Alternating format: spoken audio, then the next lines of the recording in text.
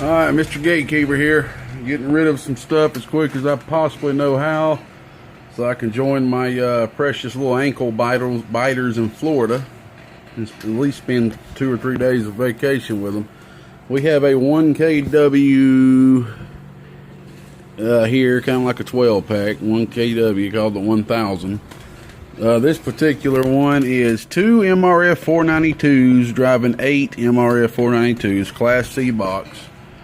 The only thing I'd done to this box, I noticed that there was a 464 trimmer on the output, which is a big no-no, and it was arcing, and I basically just tuned the output real quick and just put fixed capacitors in there, basically the way they would do it. They did have a DM15 here on the output, so I got 2 DM19s right there. I'm not going to say this is in perfect condition or anything like that. There's a little bit of reflect on the input, a little bit too high that I like. You know, it's just got a little bit of reflect on the input. You know, I just want to be completely honest so you know what you're getting.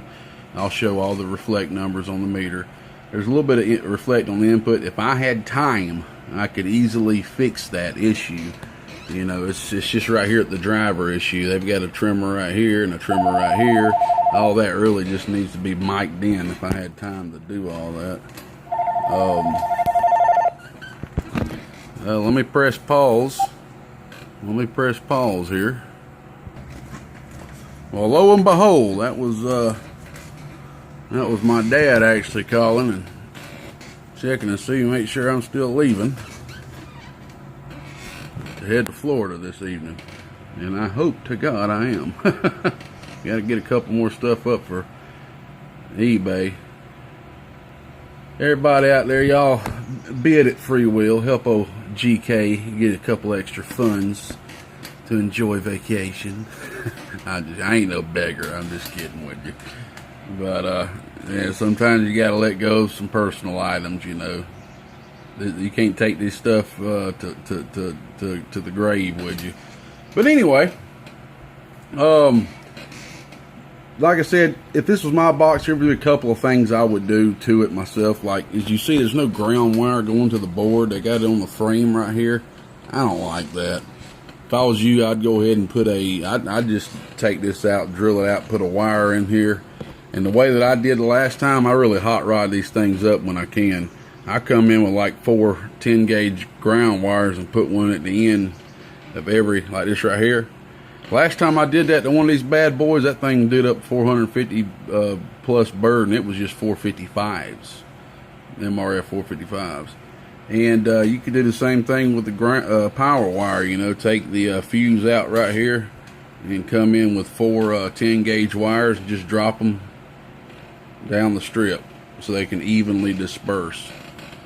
And I think I might have thickened the solder right here. I think I did do that. I used to do that. But you know, it could use a little bit of work to just make it, you know, it's an old box. So I just want to let everybody know that. But it is working. It's just got a little bit of reflect on the input. Which does change a bit with your high, low, mediums. I can't see what this says at the bottom. Up here it says high, but it appears to be doing more power at the bottom right there. So I don't know. I'll just kind of show both there. Alright, we got it hooked up on the 200 amp supply over here because it's sucking my 100 down. So it might be a little bit on high voltage, just a little bit. We're just going to hit it with a 4-watt radio, okay? 4 watts RMS, about 18 watts peak. Alright, we're on the 1000-watt slug. Alright, we got it turned all the way down this to the bottom position. Oh dear. Oh dear. So that's about 600. Yeah, about 600 watts. Oh dear. And if you watch this RMS, by the way, if you turned up all the way, it's got a lower dead key. Oh, and it swings about 300. Oh yeah. They just, when we put it in the middle, it has no dead key. Oh dear. Oh dear. Reflect, middle, Oh yeah, about a watt. Down all the way. Oh yeah, about a watt, a little bit over a watt. Up all the way. Oh yeah, a little bit less than a watt. I mean, it ain't terrible bad. Me personally, I like to try to get my input reflect below a watt if I can. It's not terribly bad at all. It ain't gonna hurt nothing, you know, but I just wanted to let you know so you know 100% what you're getting. If you wanted to get the input reflect down a bit, you could right there at the driver section. I just don't have the time. If you wanted me to play around with it, that's another thing. If you want to wait till I get back on vacation, you want me to play around with the input, or if you want me to do any kind of mods, power wire mods, anything you want me to do to it, we can add that to an additional cost, but discounted. I always like to, if anybody gets an amp from me and they want an additional mods done to it, I always do a discounted price, since just because of the situation. So if you wanted me to do a power wire upgrade this thing or anything else, adding fans, anything you'd want, that can be an additional on top of the cost, of course. Just an option. Just like to know your options are there. Alright. Well, it's peaking over 1,000 watts, of course.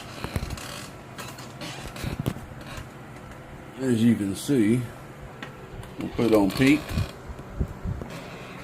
Oh, right there at a little bit under 1,000 right there on that position. Oh, a little bit under. The voltage it's dropping to is 15.4.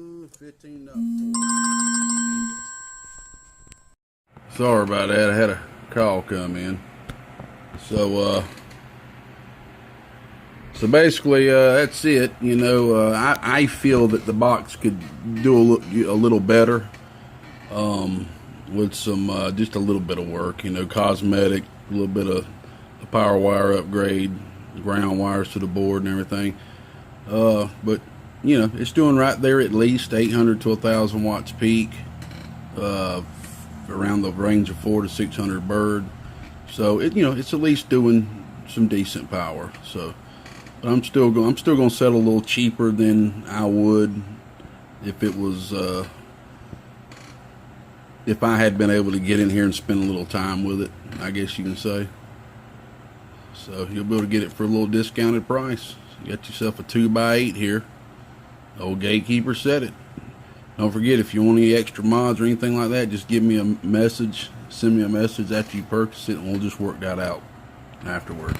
All right, we'll see you. Bye-bye.